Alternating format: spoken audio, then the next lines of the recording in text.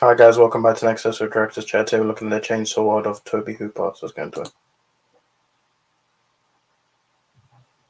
On back to the next episode of Director's Chat, we're talking about directors. They were talking about Tobe Hooper. Before I do, don't get to subscribe and click the notification bell. I'm going to go through all the movies he's directed and get started for when the episode starts. So, in 1969, we had Eggshells. This was an independent experimental film directed by Tobe Hooper. This was his first film, and it stars Marlon Foreman, Ron Barnhart, Amy Lester, Kim Henkel, Pamela Craig, Jim Shorman, and Alan Dezinga. I don't know. I haven't seen this movie, so I don't know if it's good or not.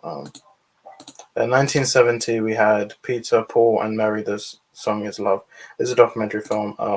I couldn't find a picture anywhere. I found this from IMDb.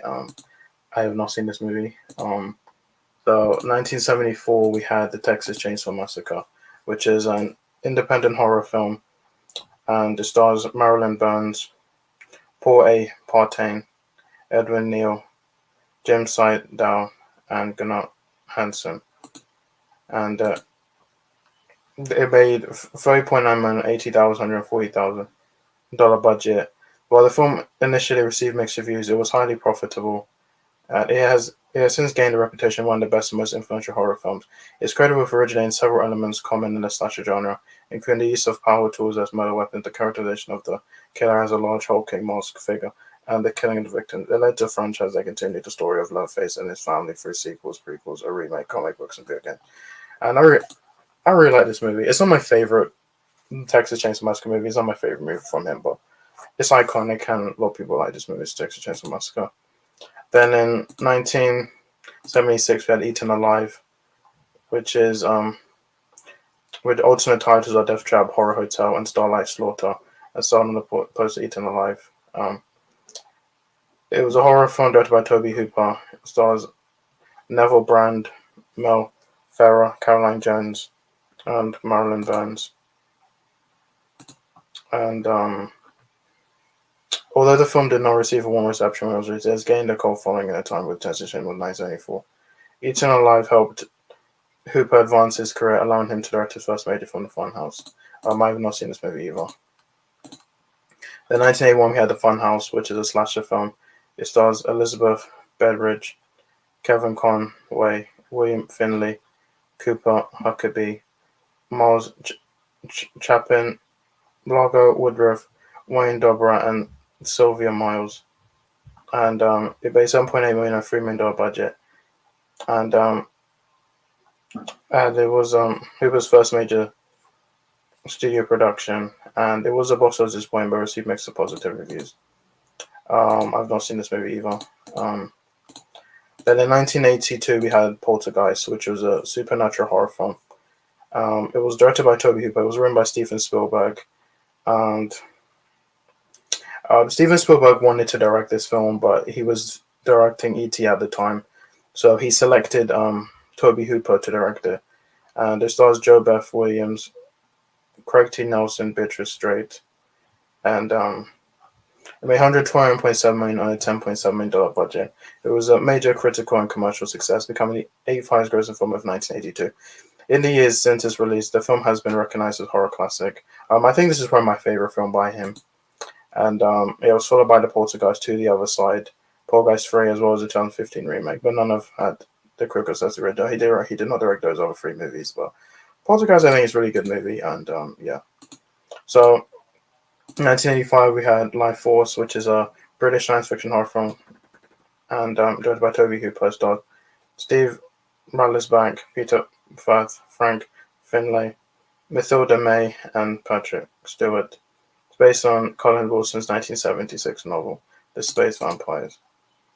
And it made $11.6 million, $25 million budget. It received negative reviews and was a box office failure, but has since become a cult film. Then in 1986, we had Vades from Mars, which is a science fiction horror film. It's a remake of the 1953 film of the same name, and it stars Karen Black, Hunter Carson, Timothy Bottoms, Lorraine Newman, James Cameron, Bud Cort, and Louise Fleischer. It made $4.9 million, $7 million budget. and yeah. So then also in 1986 we had the Texas Chainsaw Massacre 2, also known as Texas Chainsaw Massacre Part 2, is a black comedy slasher film. It's a sequel to the Texas Chainsaw Massacre and the second installment in the Texas Chainsaw Massacre film series. It stars Dennis Hopper, Caroline Williams, Bill Johnson, Bill Moseley, and Cy Down. And it made 8.8 million on a 4.5 million budget. It received mixed reception from film critics, largely due to its emphasis on black comedy and gore, which departed from the first film's approach that featured minimal violence, low budget, vertical style, and atmosphere to build tension and fear.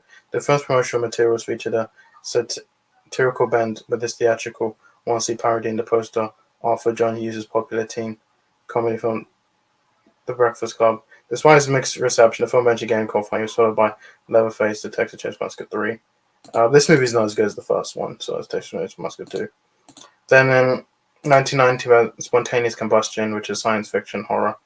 It stars Brad Dourif, Cynthia Bain, John Cypher, William Prince, and Melinda Dillon.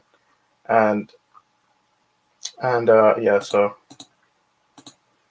then in 1993 we had Night Terrors, which was a horror film, and it starred Robert Englund, Zoe Trilling, Alona Kimi, Juliet Mir, and the film received several negative reviews, noting Hooper's lower quality output following the release of Poltergeist. And in 1995 we had The Manga, which is a horror film. It's based upon Stephen Solling's 1972 short story of the same name, which appeared in his 1978 inaugural short story Night Shift.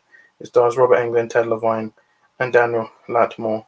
It made 1.8 million, and it was followed by two direct-to-videos, The Mangler 2 and Mangler Reborn. Then in 2000 we had Crocodile, which is a direct-to-video horror film, and it stars Mark McLachlan, Kaylin Martin, and Chris Solari. And it was followed by Crocodile 2, Death Swamp. Then in 2004 we had Boox Murders, which was a slasher film. It was a remake of the 1978 film The Boox Murders. And it stars Angela Bettis, Brett Rome, Gila Lando, Rance Howard, Marco Rodriguez, Sherry Moon, and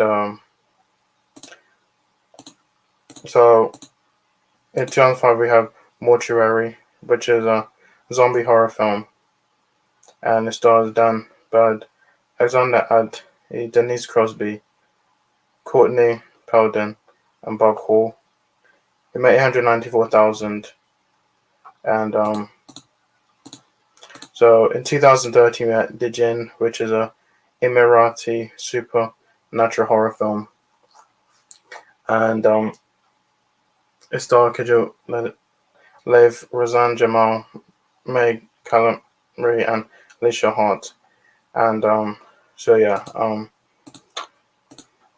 so sadly Tobe Hooper would pass away August 26th, 2017 at the age of 74, making Digin his last movie. And even though he passed away, his movies have had